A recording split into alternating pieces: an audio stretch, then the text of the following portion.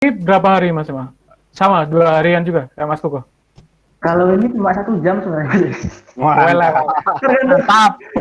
Udah kelihatan loh.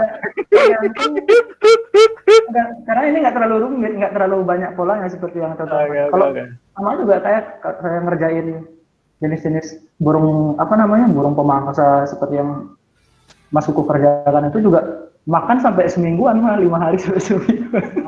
Merendah Mas Emma ini.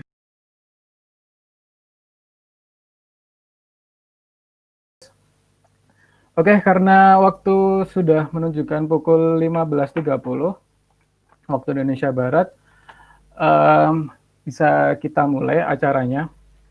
Bismillahirrahmanirrahim. Assalamualaikum warahmatullahi wabarakatuh.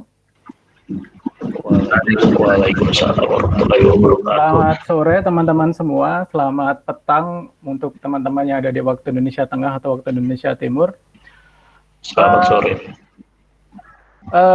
Untuk pada kesempatan kali ini, WCC atau Wildlife Conservation Center yang merupakan bagian dari Fakultas Kehutanan Universitas Gadjah Mada membuat suatu event yang berjudul atau bisa kami kasih judul Wild Art for Conservation, di mana kami membuat suatu atau mengangkat satu topik tentang mengabadikan satwa melalui ilustrasi digital seperti itu. Nah, untuk rangkaian acara pada sore hari ini, tentunya nanti akan saya buka terlebih dahulu, dan kemudian nanti ada sambutan dari Dr. Muhammad Ali Imron selaku Wakil Dekan Bidang Penelitian Pengabdian kepada Masyarakat dan Kerjasama Fakultas Kehutanan Universitas Gadjah Mada. Kemudian dilanjutkan sedikit perkenalan pembicara, karena pembicara kita pada sore hari ini keren-keren semua, tapi mungkin ada teman-teman yang masih belum kenal. Dan kemudian ada pemaparan materi, sebenarnya bukan materi resmi, tetapi lebih ke bincang-bincang seperti itu nanti. Dan selanjutnya disusul dengan tanya-jawab dari teman-teman semua. Kalau untuk sesi tanya-jawab sendiri, nanti teman-teman sebenarnya boleh langsung menanyakan melalui kolom chat, dan kemudian waktu tanya jawab nanti kami akan mencoba memilih beberapa penanya untuk bicara langsung atau istilahnya ngobrol langsung sama pembicara. Dan yang terakhir nanti ada closing statement dan penutupan. Mohon maaf, ini ada yang share screen, mungkin bisa dimatikan terlebih dahulu.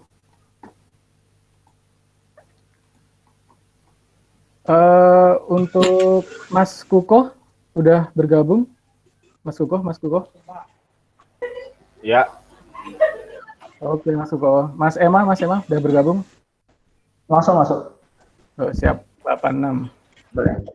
Oke, kalau dari pendaftar kemarin, mungkin untuk teman-teman semua yang belum mematikan mikrofon, tolong dimatikan terlebih dahulu biar tidak mengganggu jalannya obrolan. Untuk Mas, oke, terima kasih sudah dibantu mute oleh Mbak Dini. Oke, terima kasih. Kemudian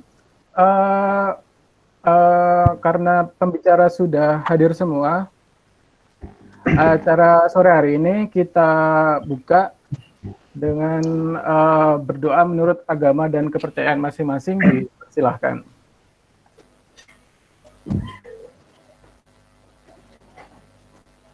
Oke, terima kasih. Semoga acara pada sore hari lancar dan memberi kebermanfaatan untuk kita semua, walaupun acaranya santai-santai saja gitu. Nah, kemudian selanjutnya ada sedikit sambutan dari Dr. Muhammad Ali Imron selaku Wakil Dekan Bidang Penelitian Pengabdian Masyarakat dan Kerjasama. Untuk Pak Imron, tadi sepertinya sudah bergabung. Untuk Pak Imron, dipersilahkan. Halo, oke, selamat sore. Assalamualaikum warahmatullahi wabarakatuh. Waalaikumsalam. Mungkin saya tidak perlu berpanjang-panjang. Selamat datang untuk semua teman-teman yang bergabung pada sore hari ini. ini memang acaranya cukup spesial karena kami biasa bicara tentang sains, sekarang bicara tentang art. Jadi cuma memang kami mau jujur, kami bukan ahlinya, jadi kami hanya pengen mengumpulkan pengetahuan dari orang-orang yang memang ahlinya untuk diajak bicara, sehingga nanti dengan kami konservasi yang selama ini hanya didekati dengan sains, kali ini mau kita coba untuk kita dekati dengan art. Nah, ini kita punya 2 research person, Emma yang kebetulan jadi volunteer di Berpacker, dan juga Mas Kukuh yang memang sudah lama berkecimpung dan bahkan informasinya dari benar-benar nol. Saya kira pengalaman kedua orang ini akan sangat bagus sekali buat kita untuk belajar bersama, dan mungkin ini sebagai awalan saja, dan harapannya nanti setelah ini kalau ada teman-teman yang tertarik memang menggeluti art for conservation akan sangat bagus sekali untuk ditindaklanjuti. Mungkin kalau memang dibutuhkan sampai training ya mungkin Mas Kukuh, Emma perlu bikin training ini nanti. Oke, saya kira tidak perlu berpanjang-panjang. Selamat belajar bersama dan tentu saja enjoy dengan acara ini. Terima kasih. Sekian. Assalamualaikum warahmatullahi wabarakatuh. Waalaikumsalam warahmatullahi wabarakatuh. Terima kasih Pak Imran atas sambutannya. Nah, saya sedikit awali, jadi mungkin nanti sedikit santai saja. Kalau teman-teman kalau mau nanya langsung nanya lewat chat aja gitu. Nah, jadi yang seperti saya bilang tadi, kita dari Wildlife Conservation Center membuat satu topik baru, bukan topik baru sih, sebenarnya ini sudah ilmu lama, cuman mungkin tidak banyak dibicarakan, yaitu mengenai seni dalam dunia konservasi satwa liar gitu. Khususnya di sini ada yang namanya ilustrasi melalui goresan-goresan tangan seperti itu.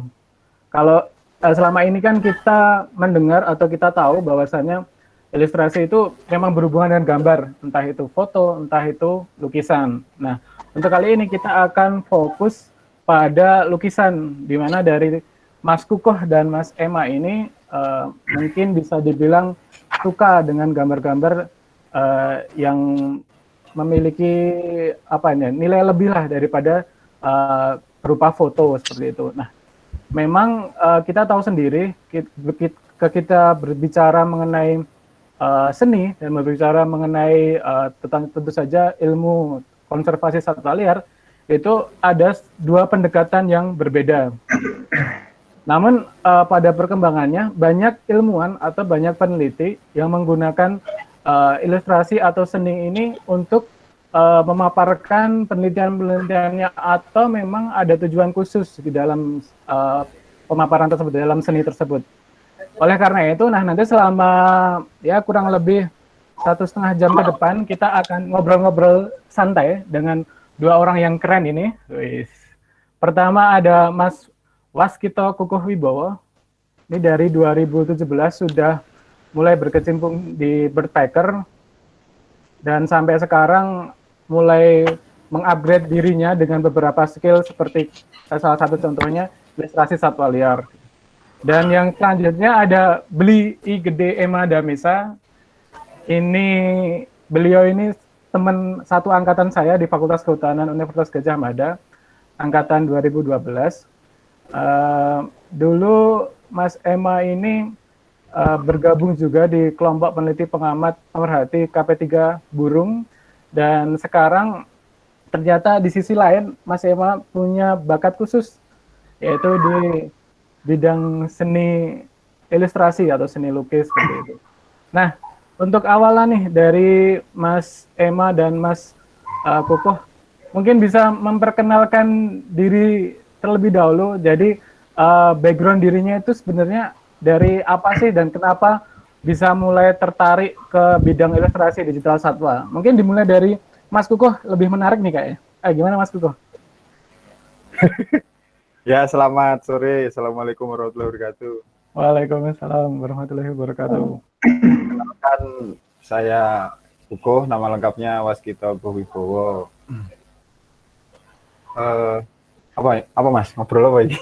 Ya, Mas, background dulu waktu kuliah kan dulu sempat bergabung dengan Bionik tuh Mas. Nah, sampai kenapa sih kok sekarang tertarik ke ilustrasi satwa seperti itu? Jadi saya dulu kuliah di Universitas Negeri Yogyakarta, ambil jurusan pendidikan biologi.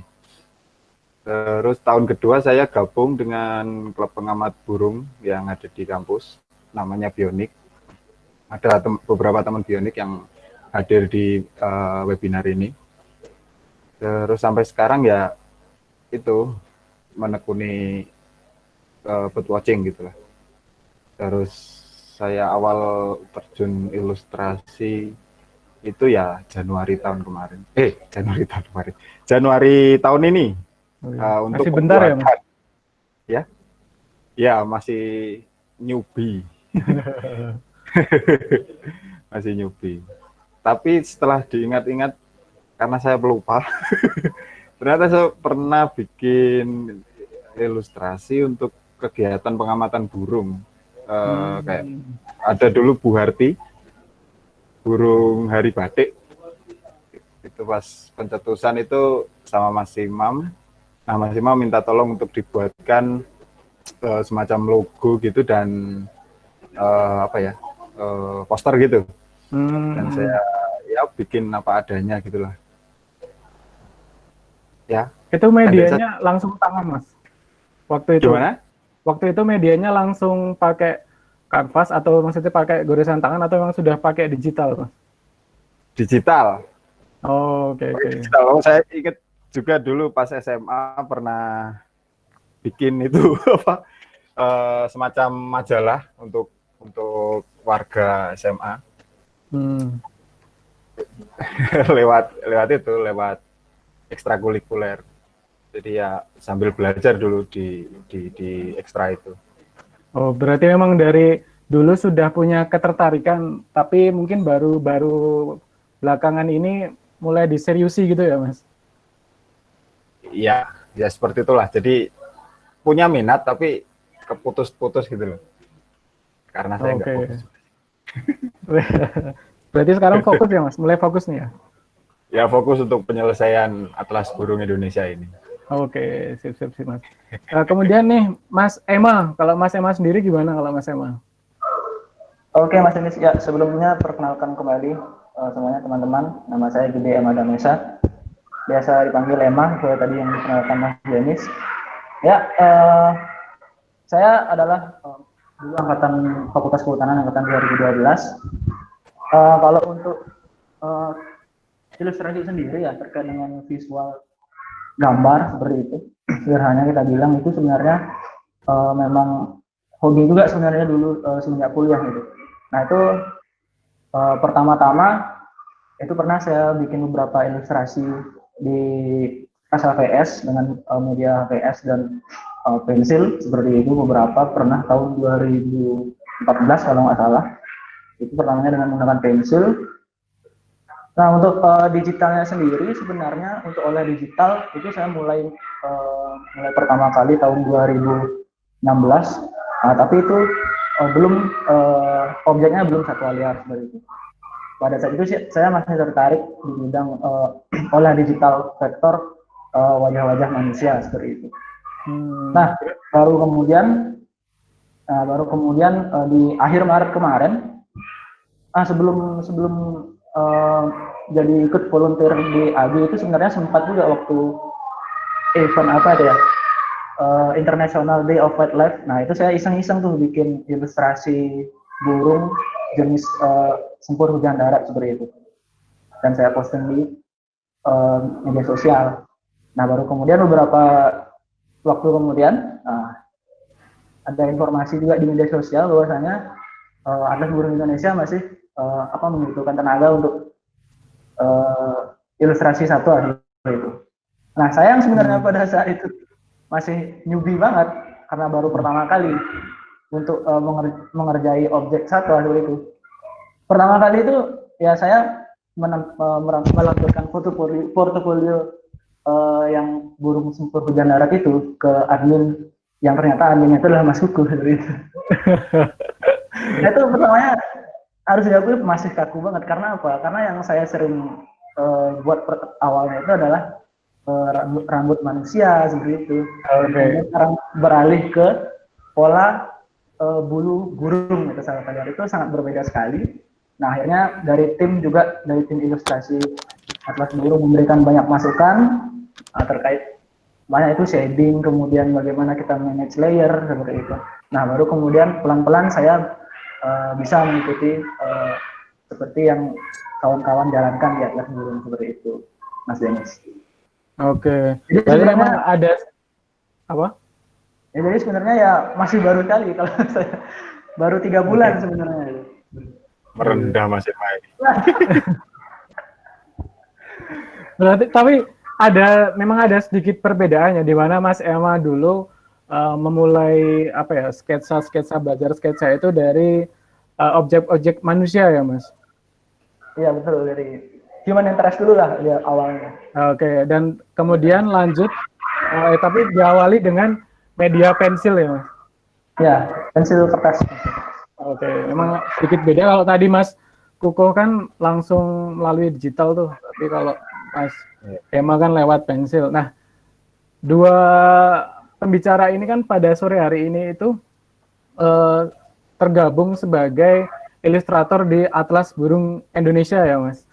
Nah, sebenarnya kita sebenarnya pengen bertanya lebih lanjut sih tentang Atlas Burung Indonesia itu sendiri, tapi memang tidak secara detail. Dan kalau menurut mungkin nanti bisa Mas Kukuh atau Mas Emma terlebih dahulu yang menjawab, adanya Atlas Burung Indonesia ini penting nggak sih Mas? Karena kita kan tahu kalau misal kita identifikasi burung kan ada buku panduannya McKinnon tuh, misal ya gitu. Nah, dengan adanya Atlas Burung Indonesia ini seperti apa sih sebenarnya? Siapa sih yang mau jadi? Mas Kuku. Mas Kuku yang lebih tahu lah. Ya, gimana ya? Atlas burung ini di Indonesia kan belum ada yang untuk secara keseluruhan negara gitu kan. Dan di sini kita bicara tentang persebaran terkini tentang burung-burung yang ada di Indonesia, dan itu bisa mendasari berbagai macam kebijakan seperti itu. Lagi ya? Berarti memang apalagi mungkin apa yang bisa diungkapkan dengan Atlas Burung Indonesia, mungkin dari Mas Emma sendiri kan berarti ada istilahnya mungkin tujuan lain kenapa sih pengen jadi ilustratornya Atlas Burung Indonesia kayak gitu. Oke Mas, sebenarnya saya masih belum terlalu mendalami ya latar belakangnya. Tapi kalau dari pandangan saya yang awal melihat terbentuknya proyek ini di kawan-kawan Atlas Burung Indonesia, yaitu ya sangat penting sebagai media penyadar tahuan atau awareness seperti itu. Terkait dengan nanti informasinya kan banyak tuh, udah ada bocoran juga di media sosialnya Atlas Burung Indonesia. Jadi silakan follow, nanti mungkin bisa teman-teman yang tertarik di bidang konservasi burung bisa di follow media sosialnya Atlas Burung Indonesia. Nah itu terkait, di mana nanti di dalamnya itu memuat informasi seperti yang dikatakan Mas Kukuh tadi, persebarannya, kemudian nanti ada tentunya deskripsi burungnya seperti itu, dan ilustrasinya, serta juga nanti mungkin ada status keterancaman yang penting di sini ya, mungkin bagi saya, karena mungkin belum banyak orang yang tahu perbaharuan status yang terbaru sekarang ini, dan juga mungkin bagi orang-orang yang baru awal atau awam juga mungkin bisa dengan adanya Atlas Burung ini nanti diharapkan lebih lebih tertarik lagi lah untuk membaca informasi serupa terkait dengan konservasi pada umumnya maupun konservasi burung pada khususnya. Oke. Nah, pertanyaan sederhana, Atlas Burung Indonesia, kenapa sih nggak foto aja? Gitu. Jadi kita punya kekayaan burung sekitar, langsung saya jauh ya. Iya ya Mas. Sekitar 1.700-an lebih jenis burung yang ada di Indonesia, dan itu tersebar dari Sumatera sampai Papua kan. Nah, kenapa kita nggak pakai foto saja untuk menggambarkan di buku nanti? Karena satu banyak apa itu foto yang tidak dimiliki, terutama teman-teman di Indonesia sendiri. Kalaupun ada juga apa ya, kualitasnya atau posenya itu nggak bisa menggambarkan burung yang akan dimasukkan seperti itu. Jadi jalan tengahnya kita pakai ilustrasi, digambar ulang. Oke. Berarti memang ada tujuan khusus ketika adanya ilustrasi itu memang memudahkan memvisualisasikan ya Mas. Jadi memang tidak sekedar memvisualisasikan gitu ya? Ya, tidak sekedar apa itu. Dapat foto terus diupload gitu gampangannya. Gitu. Jadi untuk memvisualisasikan burung yang akan dipetakan atau didistribusikan ini. Oh, oke Mas. Nah, kemudian nih, kalau dari Mas Kuko sendiri kan sebenarnya udah dari 2016 atau 2017 kan terjun di Birdpacker ya Mas. Dan masih ya bersinggungan lah dengan teman-teman yang sekarang ada di Atlas Burung Indonesia. Nah, tapi gini sih Mas, kan dari awalnya yang kalau Mas Kuko ceritakan yang dari awalnya itu belum sempat menekuni dan akhirnya sekarang menekuni ya gitu. Nah, sebenarnya ada alasan khusus nggak sih Mas, atau memang ada ya memang ketertarikan itu membangkitkan lagi seperti itu atau hanya sekedar seperti itu? Sebenarnya tertarik Mas dari dulu, karena di Birdpacker sendiri ada teman-teman yang jago ilustrasi kayak Mas Wis, Nurdin. Jadi selama di Birdpacker itu tiap hari lihat mereka bikin ilustrasi, entah itu ilustrasi untuk hewan atau burung atau ilustrasi untuk hal lain kayak gitu. Oh, oke. Jadi termotivasi oleh teman-teman sekitar gitu ya Mas? Iya. Pas awal pengerjaan Atlas dulu, di fase awal itu kan kita ada filtering data dari burung Nesia itu. Jadi belum ada pengerjaan untuk tulisan apa itu, penggambaran distribusinya. Akhirnya daripada nggak ngapa-ngapain, ya wis lah saya tak belajar ilustrasi. Kalau masuk kurasi ya wis sampai lanjut sekarang saat ini. Oke. Nah, kalau dari Mas Ema, kan sudah punya basic suka sketsa tapi objeknya human interest seperti itu. Nah, kemudian pengen beralih ke burung itu ada alasan khusus nggak? Atau memang karena ada awalnya suka tertarik pada burung, terus ya udahlah sekalian aja lah ke ilustrator kayak gitu. Kalau Mas Ema gimana? Oke, Mas Adis. Ya, jadi sebenarnya cerita sedikit ya kemarin sedikit. Nah, mungkin bagi kebanyakan teman-teman mahasiswa konservasi yang menjelang lulus mungkin punya angan-angan atau keinginan itu pengen berkontribusi di bidang konservasi itu pasti besar ya, apalagi melihat teman-teman yang mungkin atau kakak tingkat yang udah punya kerjaan di lapangan seperti itu, wah keren kayaknya tuh bisa ke lapangan, bisa satwanya langsung seperti itu. Nah, kebetulan tahun lalu itu saya baru resign dari pekerjaan saya di Kalimantan di Hutan Tanaman Industri untuk mengikuti CPNS seperti itu. Nah, jadi di sana ada rentang waktu yang kosong sambil menunggu jadwal. Nah, saya pikir-pikir ngapain ya seperti itu untuk mengisi waktu luang ini. Nah, kebetulan pada saat itu saya nemu informasi bahwasanya ada Atlas Burung Indonesia yang masih membuka lowongan volunteer untuk mengisi ilustrasinya. Ya, jadi saya gunakan kesempatan itu, meskipun kontribusi saya belum seberapa sebenarnya, masih sedikit ilustrasi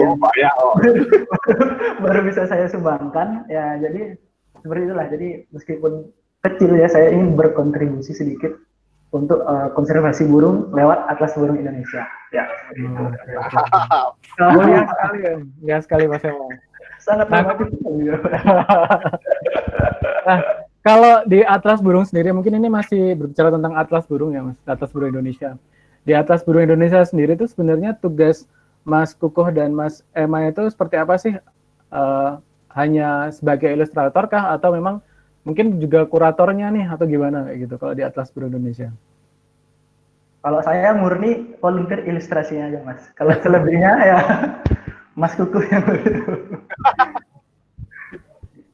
Kalau saya di sini ya, untuk kan itu gambar ilustrasi burung, sekaligus ya jalanin sosial medianya Atlas Burung walaupun tersendat-sendat juga. Terus ya sebagai penyambung antar volunteer kayak gitu, ada Mas Emma, kemarin ada teman dari Semarang, terus juga dari Magelang juga ada, jadi kayak menghubungkan teman-teman yang di luar kantor. Oke. Seperti itu. Oke, menarik ya. Jadi kalau mungkin sedikit membuka apa ya istilahnya wawasan kita bahwasanya ada nih salah satu kegiatan atau salah satu aktiviti kita untuk berkonservasi melalui ilustrator kayak gitu. Dan seperti yang dijelaskan Mas Kukuh tadi, bahwasanya kenapa sih nggak foto yang dipakai untuk ilustrasi di Atlas Burung Indonesia? Memang ada tujuan-tujuan khusus ketika membuat ilustrasi itu untuk mempermudah visualisasi. Jadi tidak sekedar foto yang didapat dari alam, kemudian upload. Karena belum tentu mungkin satu orang ini dan satu orang lainnya itu akan mendapatkan jenis yang sama. Benar nggak sih, Mas Emma dan Mas Kukuh? Gimana, Mas? Lagi pertanyaannya? Jadi kalau misal kita pakai foto kan kemungkinan kan ada banyak orang-orang yang akan ikut berkontribusi nih. Tetapi kan foto tersebut kan belum tentu sesuai dengan apa yang diinginkan oleh Atlas Burung Indonesia atau standarnya Atlas Burung Indonesia gitu. Ya, nah banyak. Ya kan kemudian daripada gimana, Mas? Jadi banyak foto yang terutama di bagian Indonesia Timur itu entah itu posenya yang ketutup ranting atau terlalu tinggi seperti itu, jauh dan lain sebagainya. Jadi untuk tidak memudahkan untuk visualisasi di buku seperti itu.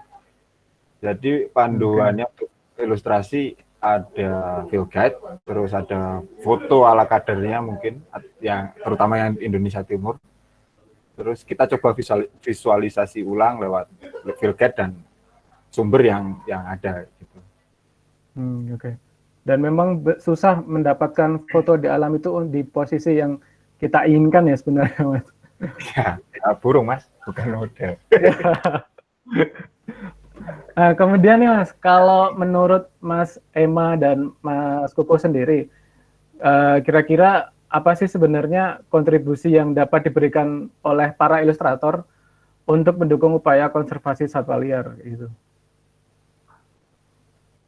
Mas Emma dulu. Mas Emma. Oke, siap. Ya, jadi sebenarnya sesuai dengan apa kata kunci yang dibilang Mas Denis di depan tadi ya, bahwa fungsi daripada ilustrasi itu sendiri yaitu menguatkan narasi seperti itu ya, dalam publikasi-publikasi yang mungkin sering kita lihat ya, majalah, kemudian field guide seperti itu. Nah, itu adalah satu kesatuan, yaitu ada narasi, ada paragrafnya, ada tulisannya. Nah, ada juga nanti ilustrasi yang menguatkan menegaskan supaya pembaca itu lebih memahami apa yang ingin disampaikan artikel tersebut seperti itu. Jadi intinya ya itu, Mas, seperti ilustrasi ini ya kontribusinya ke memperkuat upaya awareness atau penyadartahuan kita terkait dengan konservasi, informasi konservasi, baik itu konservasi secara umum maupun burung di sini khususnya kepada khalayak semua elemen maupun dari yang yang sudah berkecimpung di bidang konservasi dan juga atau yang awam seperti itu. Apalagi kan saya pikir isu-isu terkait dengan konservasi ini di Indonesia mungkin masih memang besar gitu masalahnya, tapi kayaknya masih orang-orang kebanyakan yang memang tidak berkecimpung, kayaknya kurang apa ya, kurang begitu, belum kurang ketertarikannya ke hal-hal yang berhubungan dengan konservasi. Nah, jadi dengan lewat ilustrasi yang menarik, yang semenarik mungkin yang bisa dibuat mungkin seperti itu diharapkan kedepannya di berbagai, ketika sudah dipublikasikan itu lebih eye-catching terlihatnya seperti itu, lebih menarik untuk dibaca. Seperti itu. Oke, kalau dari Mas Kukuh sendiri gimana nih Mas Kukuh? Kurang lebih sama dengan Mas Ema, jadi ilustrasi ya fungsinya nanti untuk mendukung konservasi ya bisa lewat edukasi atau peningkatan sadar tawan, atau juga bisa untuk menarik minat orang baru yang ingin bergabung di dunia konservasi. Misalnya dulu saya sangat kagum dengan ilustrasi yang ada di Phil Getko. Ternyata banyak ya jenis burung dan warnanya itu beda-beda yang digambarkan di ilustrasi tersebut. Jadi ketertarikan sendiri ya kemudian. Nah, kalau kemudian nih Mas, kalau kita ngomongin sebagai seorang konservasionis dan itu dikhususkan sebagai seorang ilustrator nih gitu. Pastikan kita juga mikir nih untuk kedepannya, untuk istilahnya bagaimana sih kita bertahan di bidang ilustrasi ini. Kira-kira kalau menurut Mas Kukuh atau Mas Ema sendiri, bagaimana sih istilahnya apakah ada mungkin bisa dibilang keuntungan secara yang bisa membantu secara finansial mungkin untuk kita hidup mungkin, karena tentunya kan seorang ilustrator kan butuh makan dan segala macamnya ya Mas. Nah, menurut Mas Ema dan Mas Kukuh sendiri, bagaimana sih prospek ke depannya untuk seorang ilustrator ini kayak gitu? Coba Mas Ema atau Mas Kukuh? Oke. Mas Ema dulu aja. Oke. Jadi apa itu tadi terkait peluang finansial gitu ya Mas? Ya. Oke, mungkin ya kalau terkait dengan peluang finansial ya saya bilang ilustrator secara umum, baik mungkin satwa liar dan non satwa liar mungkin sama aja kali ya mungkin ya, kalau saya berpandangan supaya kita lebih dikenal lagi, saya pikir ya untuk alangkah awalnya mungkin bisa memanfaatkan sosial media yang ada. Nah, karena di situ kita bisa membangun kalau istilahnya mungkin self branding gitu ya, self branding. Ya, kita bikin galeri foto-foto gambar-gambar ilustrasi yang pernah kita bikin, kita taruh jadi satu akun misalkan di Instagram atau di Facebook dan media sosial lainnya. Nah, dari situlah orang-orang nanti bisa melihat portofolio kita. Nah, kadang-kadang umumnya kan di dunia seni ilustrasi seperti itu. Orang recruiter tuh pasti menanyakan mana portofoliomu, apa hasil kerjamu seperti apa. Nah, kita bisa ajukan ke galeri atau katalog yang pernah kita buat seperti itu. Dan saya pikir ya tetap ada sih peluangnya kalau kita mau berusaha seperti itu. Karena sebenarnya kalau kita dari saya sendiri memang dari tahun 2017 itu ya pernah iseng-iseng pertama kali itu yang non satwa liar sih ini ya memang ada saja gitu Kak. Dan sampai sekarang pun sekarang sudah menyentuh satwa liar, beberapa kawan atau rekan yang tahu saya bisa desain grafis lah, minimal orang tahu kita bisa desain grafis gitu ya itu. Jadi ya ada sedikit seperti orderan seperti itu yang ya lumayan buat beli pulsa atau beli kopi, beli rokok ya lumayan lah. Walaupun memang orderannya itu non satwa liar, itu memang kebanyakan sih non satwa liar. Ya kedepannya sih karena itu tadi yang kita tahu bersama kan, misalkan kayak buku-buku katalog satwa liar di masing-masing taman nasional sendiri, nah itu masih umumnya menggunakan foto gitu kan, dokumentasi mereka masing-masing gitu. Itu belum ada mungkin yang yang visualisasinya itu berupa ilustrasi vektor seperti ini ya, olah digital vektor kayak gitu. Masih langka sebenarnya. Dan itu mungkin ya bisa jadi peluang juga karena masih langka, kita kenalkan mereka, kita ajukan kekasan itu yang kita buat di sini olah digital itu kita tawarkan ya lewat itu tadi, lewat portofolio yang sudah kita punya kayak gitu sendiri. Oke. Berarti dari Mas Ema sendiri berarti membuat kita mempunyai pengalaman kalau misal kita akan istilahnya terjun itu lebih profesional lagi seperti itu ya. Ada portofolionya seperti itu ya. Ya betul Mas. Kalau Mas Kukuh nih, Mas Kukuh, kalau Mas Kukuh kan kayaknya sudah maksudnya tergabung secara resmi, beda kalau Mas Ema kan volunteer kayak gitu katanya. Iya, Kalau dari Mas Kukuh sendiri gimana Mas? Iya, kalau untuk bertahan hidup di dunia ilustrasi satwa liar khususnya atau wildlife itu memang saya kurang pengalaman lah ya, baru terjun juga. Tapi sebatas yang saya tahu di zaman serba digital ini pasti semua butuh, entah itu perusahaan atau LSM dan lain sebagainya, butuh konten kreator kayak gitu kan. Nah, ya tinggal pilih spesifik lagi kemana mau masuk ke, pasti tiap LSM konservasi atau perusahaan yang bergerak di bidang konservasi mungkin ya, atau satwa liar juga butuh ilustrator atau konten kreator seperti itulah. Dan tidak terbatas di situ, kita juga bisa jualan sendiri seperti yang dikatakan Mas Ema tadi. Kita bisa jualan langsung ketemu dengan customer lewat sosial media atau website atau blog pribadi. Yang jelas diperdalam skillnya dan bikin portofolio yang semenarik mungkin. Lalu ada juga banyak platform microstock yang menjual yang menjadi marketplace lah untuk kreator untuk ketemu dengan buyer, kayak apa itu, Shutterstock, Photostock, seperti itulah. Mungkin bisa masuk ke situ, spesifik untuk bikin spesifik tentang konten satwa liar seperti itu. Siapa tahu mungkin ada perusahaan kayak baju bayi kan umumnya gambarnya hewan-hewan ya. Ya, kayak gitulah, bisa beli di situ dan lain sebagainya.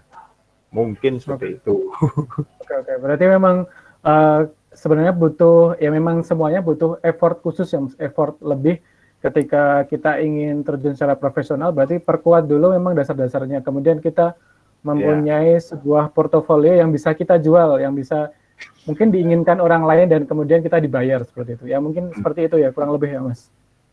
Ya, tidak menutup kemungkinan untuk jualan sendiri. Misalnya desainnya itu dimediakan menjadi kaos, tote bag atau hal lain lah yang bisa dibeli orang. Oke. Menarik.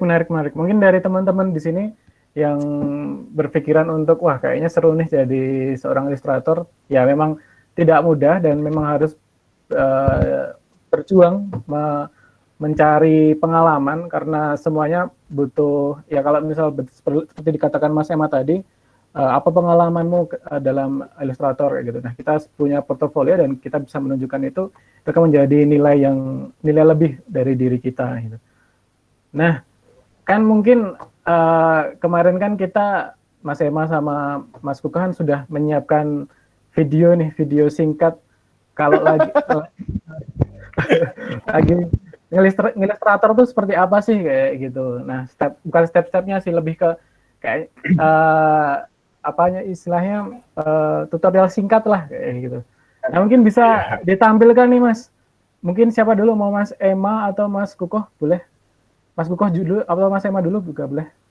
Mas Kukuh aja. Saya dulu yang Oke. Ya, jadi ini Mas Kukuh dan Mas Ema Mas akan menampilkan video ini tentang proses sketsa ya Mas Kukuh untuk Atlas Burung Indonesia kayaknya kalau nggak salah. Nanti mungkin bisa diperjelas oleh Mas Kukuh gitu. Oke, saya mulai ya. Oke. Siap. Present.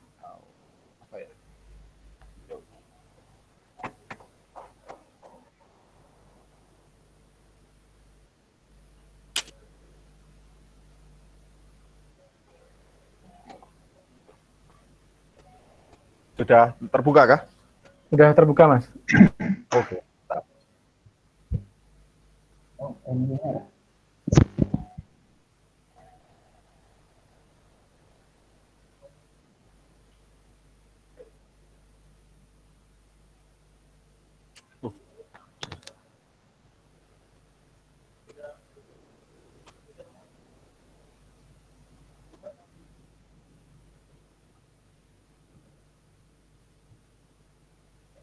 Udah di play, Mas Kuh? Sudah Belum muncul, Mas. tertampil nggak? Belum. Oh, belum muncul. Belum muncul. Oh, oke, saya ngulangi lagi. Mohon maaf. Siap. Nah, ini sambil jelasin Mas ini kira-kira lagi ngapain ya? Gitu kan kita nggak tahu nih, Mas. Balik lagi. Mohon maaf, gangguan. Your entire screen. Oke.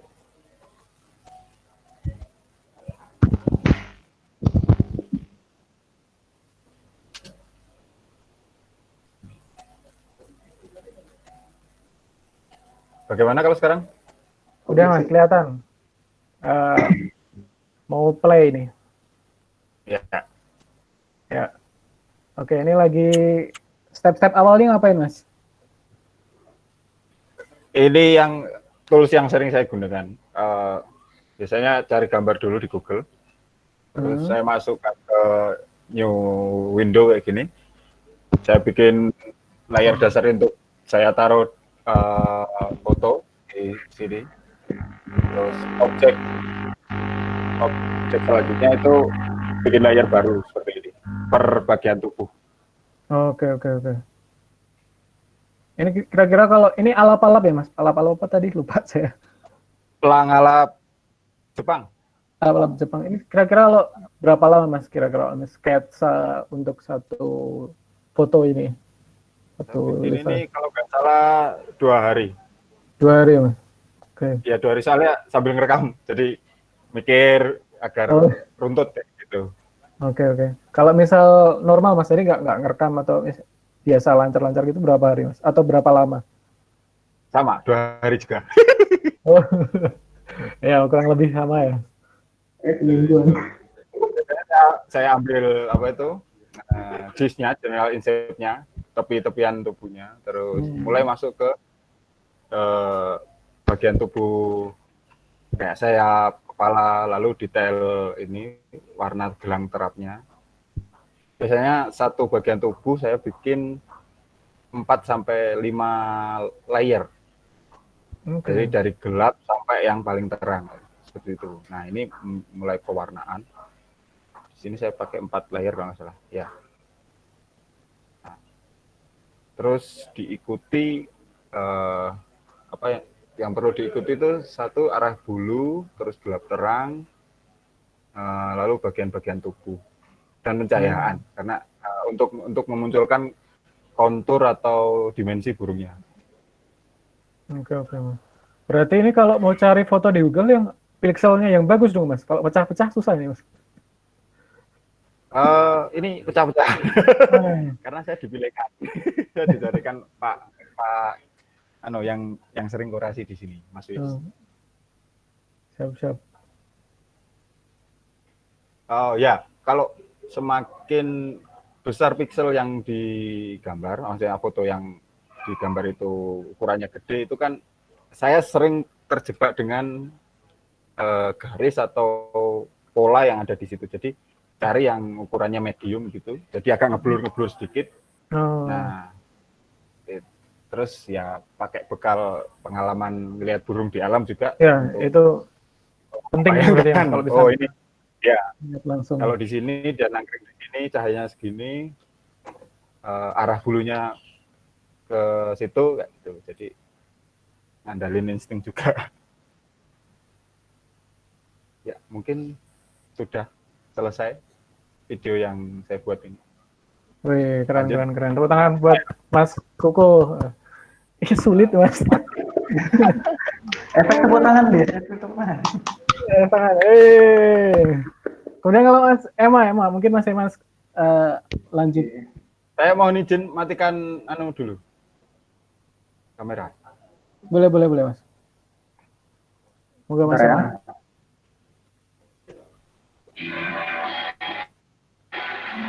Bentar ya. Oke, saya siapkan dulu.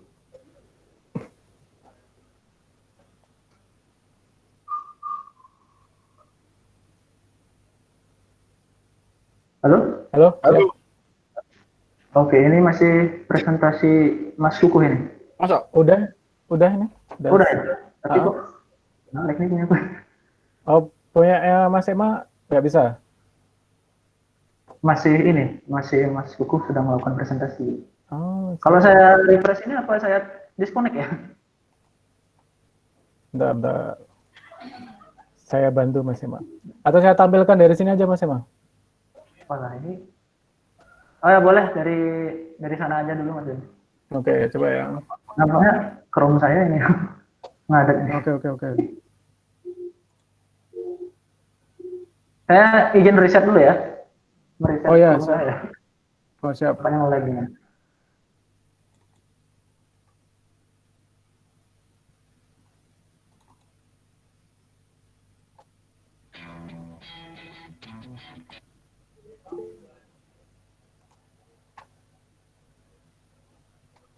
Oke, sambil nunggu Mas Ema masuk, ini akan saya nyalakan video dari Mas Ema, nanti ke penjelasannya nyusul dari Mas Ema.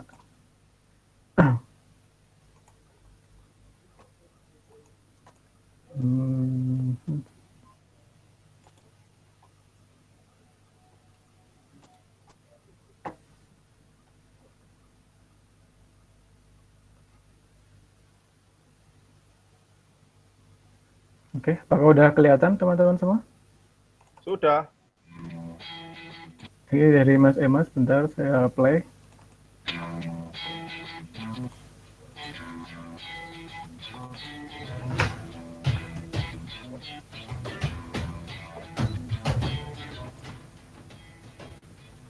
Kelihatan ya?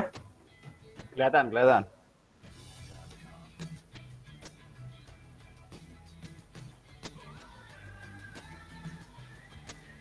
Kalau Mas Ema kan lebih lama, jadi lebih tertata.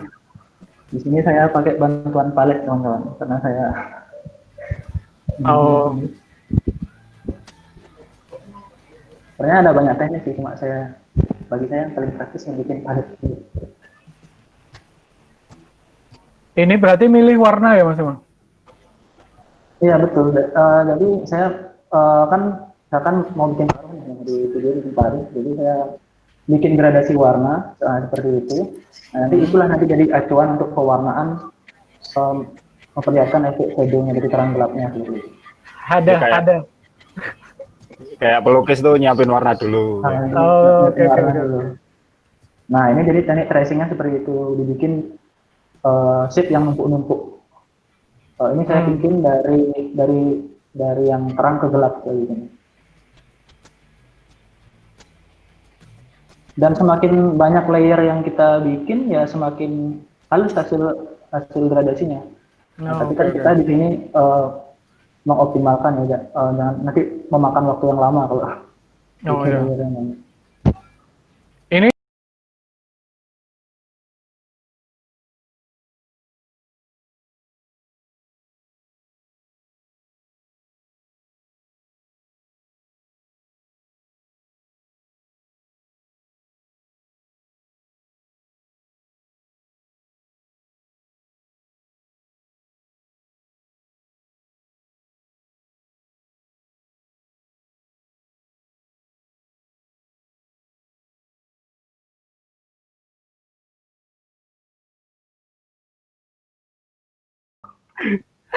aduh, Karena nggak terlalu rumit kan, itu kan cuma nggak terlalu banyak gradasi dia, cuma dikit aja. Jadi bisa cepat. Jadi kalau dari Mas Kukuh dan Mas Ema sendiri sebenarnya apa sih yang membuat sulit dari seorang sketsa itu? Mungkin kalau dari tadi nyimak sih, apa istilahnya pemilihan warna atau mencocokkan warna, iya nggak sih? Ya, salah satunya itu untuk menimbulkan efek apa ya, 3 dimensi gitu, kontur burungnya. Lalu kadang foto yang tersedia itu kadang cuma itu, resolusinya kecil, dan pola bulunya atau arah bulunya itu nggak seragam seperti itu. Itu kita harus main feeling juga untuk modifikasi ulang. Gimana kalau di alam itu burungnya, nah, itu butuh jam terbang juga di lapangan. Nah misal nih Mas, misal di lapangan kita belum pernah lihat secara langsung nih, dan fotonya itu memang agak menyulitkan. Nah nanti gimana tuh Mas? Maksudnya akan seperti apa nanti prosesnya? Paling yang bisa dilakukan itu cari burung yang mirip atau yang satu keluarga gitu. Oh. Kalau yang kebiasaannya itu mirip. Kalau kebiasaannya dia di lantai hutan, jadi shadingnya agak gelap kayak gitu. Terus gimana ya, postur keluarga burung yang ada di semak itu kan biasanya bulat, terus kakinya kokoh dan lain sebagainya gitu. Jadi paling mencari alternatif saudara terdekat. Oke. Kalau dari Mas Emma sendiri nih, dari sketsa yang ditunjukkan ini, itu kira-kira apa Mas kesulitannya? Kalau misal itu Mas Emma itu sebagai pemula deh kayak gitu. Kalau ini kan udah expert nih, kayaknya nggak ada yang kesulitan nih. Ya jadi ya itu ya, sambil cerita juga dari awal masuk kemarin ya itu yang kesulitannya mungkin ya tergantung dari pola burung itu sendiri, terus lightingnya itu. Kalau misalkan dia banyak shadow-nya seperti itu, banyak bayang-bayang misalkan di bulunya, itu akan membutuhkan makan waktu lama juga untuk menentukan mana sih garis bayangnya ini, tracing-nya itu. Apalagi nanti kalau yang kita kerjakan itu adalah jenis-jenis yang punya pola yang rumit kayak gitu. Misalkan jenis-jenis burung pantai, terus beberapa jenis burung pemangsa. Nah itu burung pantai itu kalau teman-teman tahu, teman-teman pengamat burung yang tahu itu kayak batik teman-teman itu bikinnya. Lagi dikerjakan sama Mas Suku itu kemarin banyak burung pantai. Bisa saya langsung aja lah. Alhamdulillah. Jadi, keren ya. Tergantung polanya itu tadi ya, sama sedikit banyaknya bayangan di objeknya itu kayak gitu. Itu yang tantangannya itu. Nah, mungkin sedikit info aja, sekarang yang belum dikerjakan itu yang paling susah burung malam, burung hantu, cabai gitu. Oh, sabar. Itu lihat fotonya aja udah pusing, apalagi nanti untuk gambar itu ya. Nah, jadi ditaruh belakang untuk kerja bakti lah. Mungkin setiap orang yang di atlas burung nanti, terutama yang ilustrator, kebagian gambar burung hantu. Siap-siap Mas Emma ya. Ya itu Mas Enes, tadi ya sedikit juga di tantangan yang lainnya itu di awal gitu ya, di pengerjaan awal tuh pasti sangat-sangat membosankan gitu. Apalagi yang seperti Mas Kuku bilang tadi itu, polanya banyak, terus pertama itu pasti bosan banget nih. Tapi kalau sudah menjelang mau selesai tinggal finishing itu pasti cas gitu, pola gitu kayaknya. Gregetnya dapat. Gregetnya.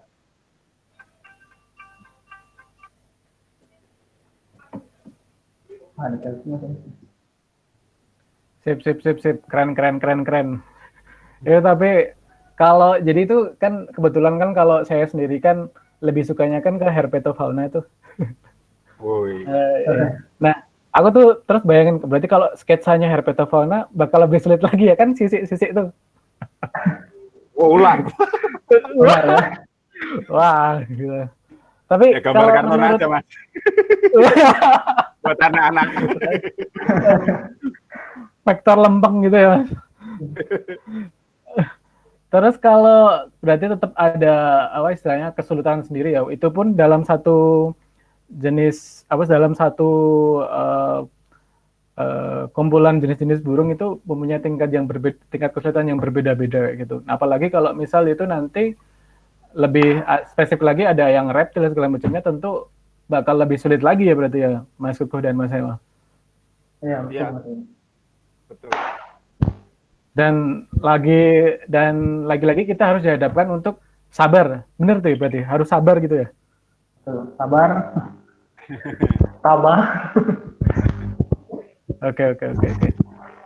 Siap. Nah, mungkin selanjutnya karena kita sudah nonton video yang cukup menarik sekali ini. Kita sudah punya beberapa pertanyaan nih, kan seperti yang saya bilang di awal tadi. Nah, nanti teman-teman bisa tanya langsung via chat. Nah, untuk mungkin dong kalau ada beberapa teman-teman yang akan saya minta ngomong langsung nih, biar nanti ada feedback nggak seperti itu. Wih, Nah, ini Mas, oke, Mas Aditya Galih masih di sini nggak ya? Aditya Galih, Mas Aditya Galih, oke, masih Mas. Nah itu kan ada satu pertanyaan tuh dari Mas Galih tentang apa sih alasan kuat mengapa ilustrasi masih tetap dipertahankan jika dibandingkan dengan hasil foto? Sebenarnya tadi sudah dijawab ya, tapi mungkin ada feedback lagi nggak dari Mas Galih kayak gitu? Enggak sih, tadi Masnya gambarnya bagus. Ini cuma kan apa yang jadi menonjol gitu loh kan, kalau misalnya foto kan bisa lebih capture-nya lebih detail, kalau misalnya bulunya ini karakter bulunya misalnya satu marga satu family gitu kan bisa saja berbeda gitu. Terus untuk kalau ke ilmiahnya gitu kayak gimana? Oke, mungkin ada yang bisa membantu jawab, Mas Kukuh atau Mas Emma dari Mas Galih. Kalau setahu saya, Mas, di Fieldcat ya, di panduan lapangan itu kebanyakan untuk panduan lapangan itu menggunakan ilustrasi, bahkan lukis, bukan digital, lukis. Untuk ya dilukis dulu, baru digitalisasi. Itu bisa ilustrasi dari spesimen museum, ditambah dengan info yang ada di lapangan.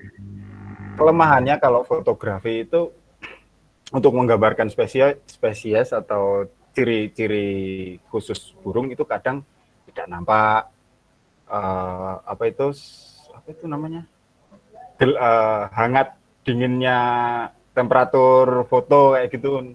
Pas pagi itu pasti lebih merah kayak gitulah.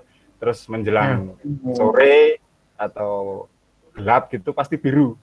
Nah itu kadang mengganggu misalnya pola warna itu bisa berubah, apalagi shading. Ketika siang hari itu pasti bayangan kuat dan ada mungkin pola atau warna yang tertutup bayangan. Jadi kenapa hampir semua panduan lapangan, terutama satwa atau bahkan tumbuhan juga setahu saya ya pakai ilustrasi karena sketsa untuk menggambarkan semua ciri penentu setiap jenis kayak gitu. Setahu saya seperti itu. Mungkin yang lain bisa menjabarkan, monggo. Kalau Mas Emma, gimana Mas Emma? Apa sama atau gimana? Namanya sudah dijawab lengkap sama master. Ya kayak gitu ya intinya. Kalau saya rangkum ya yang dibilang Mas Ubud tadi ya itu intinya ya, karena belum tentu satu frame foto itu bisa apa ya? Bisa merepresentasikan yang semuanya. Bisa jadi pose yang berbeda. Oh ternyata ada detail yang beda lagi. Nah disitulah fungsinya ilustrasi itu melengkapi semua informasi yang didapat dari foto, mungkin pengalaman di lapangan seperti tadi Mas Kuku bilang, oh ini sebenarnya warnanya kayak gini nih kayak gitu. Nah jadi bisa dikoreksi lewat oleh digital itu dan hasilnya juga jadi menghasilkan hasil yang lebih rinci gitu. Oke, kalau mungkin kita beralih ke pertanyaan berikutnya nih. Kayak pertanyaannya banyak banget nih. Seru nih kayaknya. Atau cuma rekan saya saja? Notifikasi komennya itu 15 lebih ya kayaknya. Ini kalau dari Pak Imron, apakah ada teknik atau guideline khusus agar ilustrasi digital tetap memiliki nilai sains? Gimana itu Mas Emma dan Mas Kukuh? Ya itu tadi Mas Denis, ya pengalaman kita di lapangan juga ya itu menentukan pengetahuan kita atas ilustrasi yang kita buat tadi ya itu.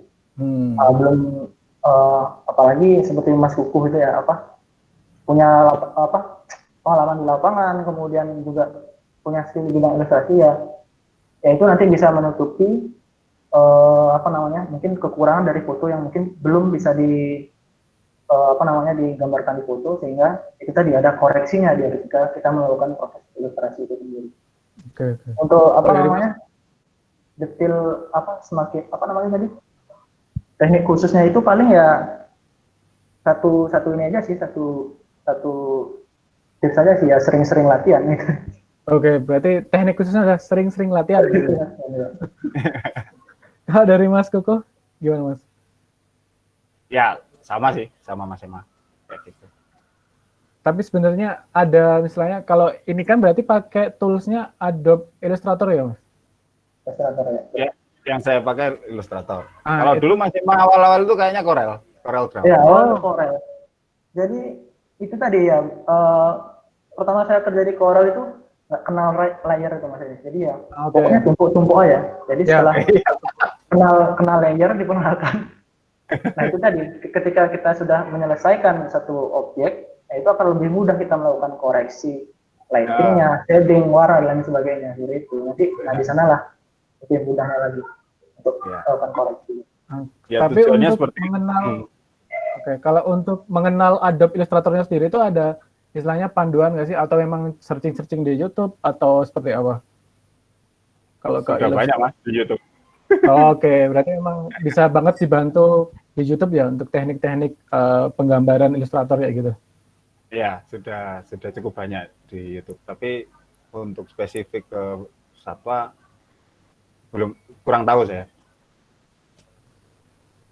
Tapi paling enggak pengenalan dasar-dasar pengenalan dasar-dasar tool yang ada di mana di Adobe Illustrator itu sudah cukup banyak di YouTube. Oke. Terus kalau ini Mas, ini sebenarnya agak membandingkan sih, tapi mungkin Mas Ema sama Mas Kukoh bisa menyikapi ini sih. Jadi apa kelebihan atlas burung dibandingkan dengan Bird of Indonesian Archipelago nantinya gitu. Kalau masalah dinamika ABI ya yang tahu ya internalnya Mas Kuku. Kalau saya ini istilahnya saya ini cuma ininya aja, tender Illustrator. Nggak bisa dibandingkan Mas. Oh, oke. Atlas menang jauh Atlas. Ya sebenarnya beda sih ya. Kalau apa Bird of Indonesia Archipelago itu kan field guide, sedangkan Atlas burung itu spasial. Oh. Ya. Jadi ada nilai lebihnya di Atlas burung Indonesia.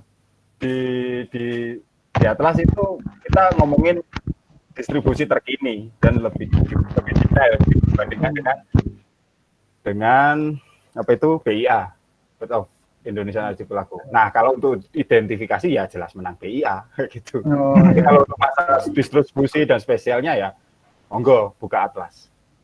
Beli dulu deh. Berarti memang lah, berarti ini Mas, ini ada pertanyaan lanjutannya. Lah, progresnya sampai mana? Kapan launchingnya? Itu Mas. Oh, makanya pantengin sosial media. Progresnya sekarang ilustrasi sudah hampir 650-an. Sudah hampir. Jadi tadi terakhir ngecek 649. Lalu kurang di ini edisi pertama ya, kita tidak menggambarkan atau membuat atau memasukkan semua jenis burung yang ada di Indonesia. Kita hanya ambil separuh, sekitar 740-an jenis burung di edisi pertama. Nah, itu tadi ilustrasi sudah selesai sekitar 649. Terus teks yang sudah selesai itu ada sekitar 600 dan sedang direview oleh para ahli. Salah satunya Pak Imron. Lalu untuk peta spasialnya juga sekitar 600 juga. Nah, target untuk launching final draft itu kalau nggak salah Agustus atau Juli akhir itu final draft.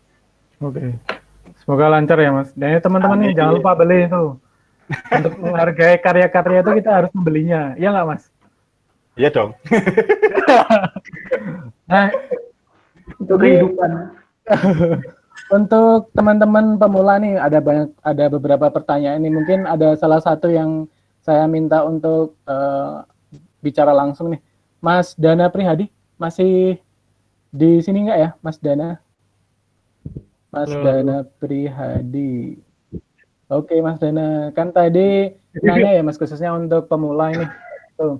Apakah ada semacam komunitas ilustrator satwa gitu buat ilustrasi pemula kayak gitu. Nah, mungkin ada Mas Emma sama Mas Kukuh yang bisa membantu menjawab. Ilustrator satwa. Jadi kayak komunitasnya gitu ada nggak sih? Jadi Atlas ini ada Ya, komunitas. tentu banyak. Kalau di Indonesia saya kurang tahu, tapi ada kayak ilustrator apa itu tumbuhan kayak kalau di Instagram itu nama akunnya tuh ini ke banyak followernya, jadi banyak juga yang apa ya istilahnya minta pendapat atau belajar dari Mbak Ineke itu untuk Ya, Mbak Ineke. Ilustrasi tumbuhan ya. Kalau satwa saya kenal satu orang, itu Mas Agus Priyono, dia ilustratornya National Graphic. Mas Agus, ya. Nah itu sangar pokoknya kalau orang itu. Kalau untuk komunitas, untuk kita sharing gitu, mungkin setahu saya mungkin belum ada ya. Mohon maaf kalau saya salah. Oke. Gimana kalau Mas Emma? Kalau saya sendiri yang baru terjun ini ya belum tahu juga, belum ada juga ketemu komunitas kalau yang khusus satwa liar ya. Barangkali bisa referensinya dari Mas Kukuh sendiri. Mungkin nanti ke depannya Atlas Burung Indonesia bisa buka kayak konsultan apa. Bikin studio mungkin gitu ya. Mungkin nanti akan jadi Mas basecamp di Retrorika. Basecamp di Retrorika itu atau di dapurnya Abi. Ada basecamp. Ya semacam ada wacana juga sama Pak Bos ini. Itu. Diawali dari Abi lah. Oke. Gimana tuh Mas Dana? Ada tanggapan nggak kalau Mas Dana? Mas Dana Prihandi. Mantap, cukup Mas. Nggak ada yang mau ditanya lebih.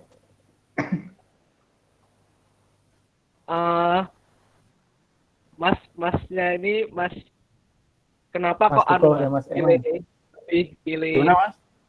Kenapa kok lebih pilih pakai apa namanya pen tool itu daripada pakai yang pen tab gitu loh Mas, yang nggak pakai brush? Gimana Mas Dana? Oh, pen tool. Ya, kenapa lebih pilih pakai pen tool daripada yang brush itu, yang pen tab? Nulis gambar langsung. Itu aja sih. Oh, pen tablet itu ya maksudnya ya? Ya. Ya karena belum punya Mas, karena punyanya ini. Punyanya Mos Mas. Punyanya Mos Mas. Pengen juga sih Mas, biar cepat kerjanya. Oke. Tapi pelan-pelan lah ya. Karena yang tersedia baru ini Mas. Iya.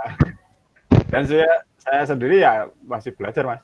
Nggak tahu nanti kalau sudah mahir mungkin bisa coba-coba.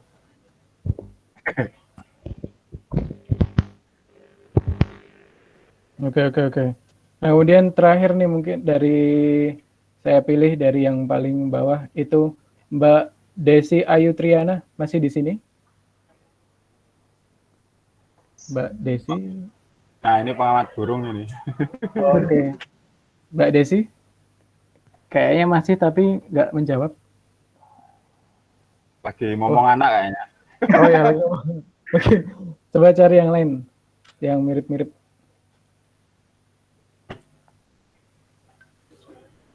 Oh, kalau Atlas Burung Indonesia ini akan dijual secara umum ya, Mas?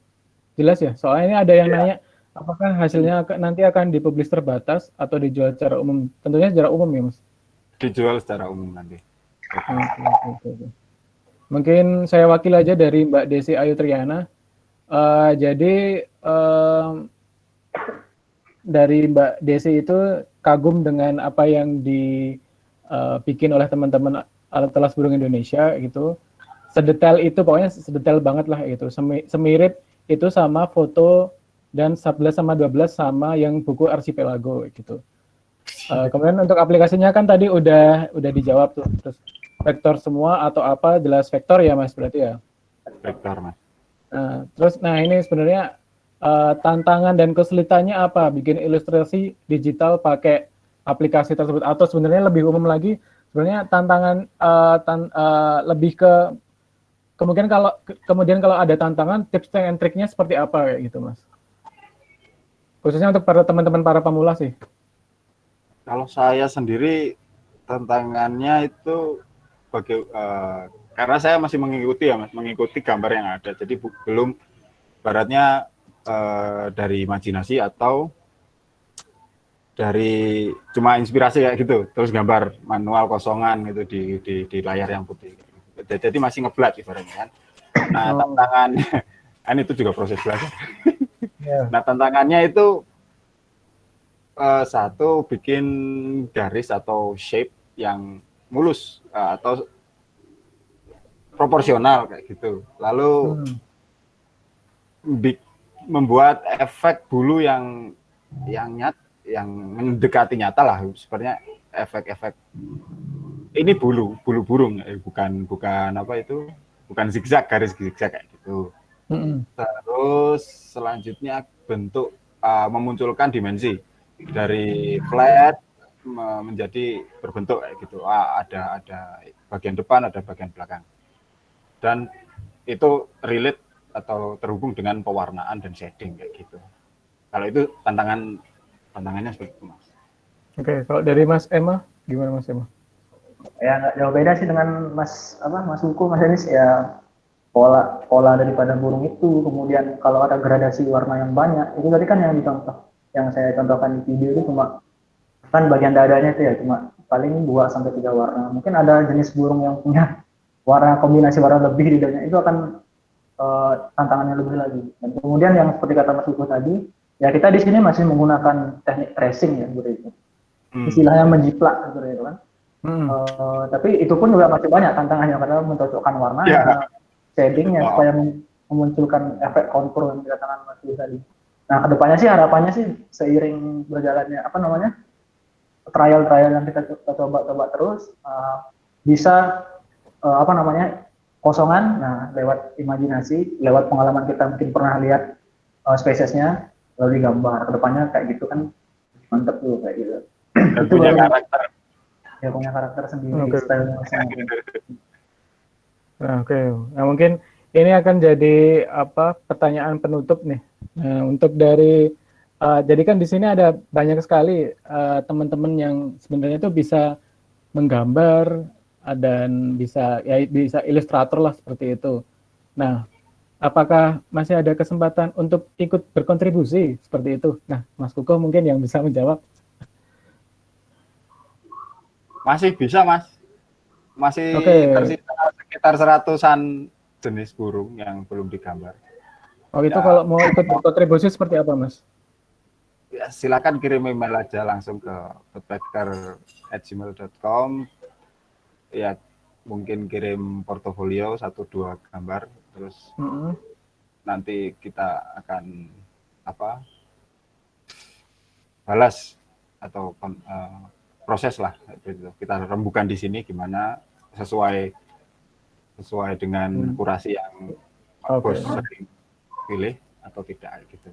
Oke, berarti teman-teman di sini yang masih ingin berkontribusi atau masih pengen ikut berkontribusi untuk Atlas Burung Indonesia masih ada kesempatan, karena masih ada 100-an jenis lagi yang belum dimuat gitu. Nah, nanti teman-teman bisa kirim email ke birdpacker woodpecker@gmail.com. birdpacker@gmail.com. Teman-teman bisa melampirkan portofolionya. Nanti akan dipilih kira-kira sudah sesuai belum dengan apa yang diharapkan dari teman-teman Atlas Burung Indonesia gitu. Nah, mungkin pertanyaannya cukup itu karena sudah hampir semua sudah terjawab. Itu nah, terakhir nih Mas untuk penyampaian poin pada sore hari ini. Kalau cerita-cerita tadi kan berarti Mas Kukuh tuh sebenarnya lebih sebenarnya dulu punya keinginan kayak gitu dari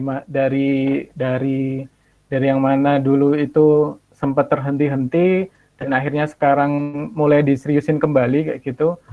Di situ kan berarti Mas Kukuh itu ada kemauan nih untuk aku ingin menggambar kayak gitu. Istilahnya aku ingin mengilustrasi, ingin mengasah lagi kemampuan yang sebenarnya punya tetapi terpendam seperti itu. Nah, kalau dari Mas Koko sendiri untuk teman-teman yang mungkin memiliki permasalahan yang sama kayak gitu. Ada tips atau saran nggak Mas kayak gitu? Sarannya apa ya? Ya segera dimulai ya, Mas. Ya. Buka Bagas 31, install Illustrator atau Corel yang suka. Terus ya mulai keluar atau apa di YouTube, mungkin buka-buka YouTube untuk belajar langsung praktek. Terus apa ya, kalau teman saya sih untuk keawalan itu nggak usah apa ya ribet-ribet, wes pokoknya amati tiru gitu wes, amati tiru sampai paham, sampai bisa semua tools kayak gitu. Ya nggak semua tools sih, apa yang dituju itu tools yang sering dipakai apa, terus bikin, amati tiru sampai jam terbangnya nambah. Pokoknya dimulai aja dulu. Oke. Berarti memang harus dimulai dari sekarang ya, jangan ditunda-tunda ya Mas kalau memang pengen kayak gitu. Ya kayak saya sering keputus, udah mulai belajar kayak gini. Terus ya apa sibuk hal lain kayak gitu, terus pengen lagi. Nah, untung ada Atlas sih, jadi saya intens untuk menambah skill kayak gitu. Oke. Kemudian kalau dari Mas Ema nih, kan kalau dari cerita tadi kan berarti Mas Ema itu sebenarnya sudah punya bakat menggambar yang dulu tuh diasahnya di human interest, menggambar objek-objek manusia seperti itu. Nah, kemudian sekarang masuklah ke objek-objek burung atau satwa gitu. Nah, kalau menurut Mas Ema sendiri, apa sih yang perlu dipoles atau dipelajari kalau ingin menjadi ilustrator satwa liar, padahal dulunya itu ilustrator manusia, mungkin seperti itu bisa dibilang. Ya sebenarnya sih basicnya sama ya, mempelajari fungsi-fungsi tool aplikasinya seperti itu. Kalau saya sendiri sebenarnya adalah orang yang nggak sabaran, jadi apa namanya tutorial itu banyak berupa artikel, video di YouTube gitu.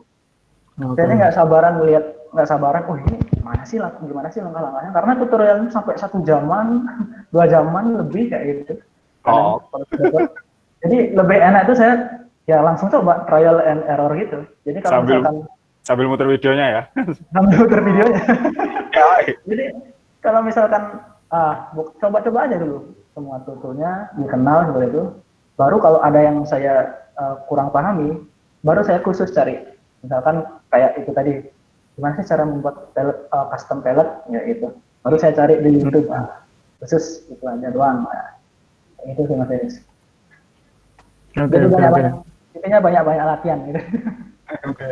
Berarti kalau dari Mas Kuko harus dimulai dari sekarang, jangan ditunda-tunda, dan kemudian kalau sudah dimulai harus sering-sering berlatih. Jangan ya mungkin kalau seminggu mungkin intensitasnya bisa berapa kali tuh kalau latihan Mas Ema sama Mas Kuko? Kalau sekarang setiap hari. Sama. Oh ya. Kalau setiap hari, ya berarti memang harus meluangkan waktu sangat banyak sekali. Jadi tipsnya itu teman-teman ketika awal-awal itu saya seminggu Mas atau lebih ya, seminggu. Terus nggak jadi. Seminggu itu untuk apa Mas? Untuk belajar. Jadi bikin ilustrasi pertama langsung kayak gitu sama Pak Swiss gitu. Udah bikin bikin seminggu buntu nggak jadi, terus saya konsultasi gimana Mas? Delete ganti guru. Ganti burung pun seminggu, tapi ya itu yang karya yang pertama saya yang dimasukkan ke dalam atlas yang layang-layang Asia kalau nggak salah, layang-layang api. Apa yang saya masuk ke atlas. Oke, sip. Ya mungkin itu teman-teman semua perbincangan sore kali ini yang mungkin bisa menambah wawasan teman-teman semua berkaitan dengan ilustrasi satwa liar, khususnya tentang burung-burung yang ada di Indonesia. Mungkin nanti kalau yang ada di luar negeri beda lagi ya. Tingkat kesulitannya akan berbeda lagi gitu. Nah, terakhir dari Mas Kukuh dan Mas Ema, silahkan untuk closing statement. Siapa? Mungkin Mas Kukuh dulu dah. Mas Kukuh dulu. Closing statement-nya apa ya? Aduh. Apa dulu aja wes. Gimana? Atau Mas Ema duluan juga nggak apa. Oh gitu ya. Ya untuk mungkin ada adik-adik tingkat di sini ya. Mungkin kemarin nggak sempat pesanannya Mas Denis kayak gitu. Mungkin terkait dengan kontribusi paling. kontribusi ke konservasi kayak gitu, nggak perlu harus ke lapangan. Nah, bisa juga lewat kerja ilustrasi seperti ini, dan sekecil apapun bentuk kontribusi itu, meskipun cuma nge-share berita kayak gitu di sosial media terkait dengan konservasi, itu cukup berarti juga, karena itu upaya penyedartahuan. Dan ibaratkan sebuah puzzle kayak gitu kan, masing-masing kepingannya kan ada yang besar, ada yang kecil. Nah, kalau yang kecilnya itu hilang, ya hasil puzzle secara keseluruhan kan juga nggak indah, nggak bagus. Begitu juga kontribusi kita di bidang konservasi, walaupun sedikit, tapi itu sangat berarti. Kayak gitu. Mantap. Ini nyontek dari ada contekannya ini sebenarnya. Saya hidup wes.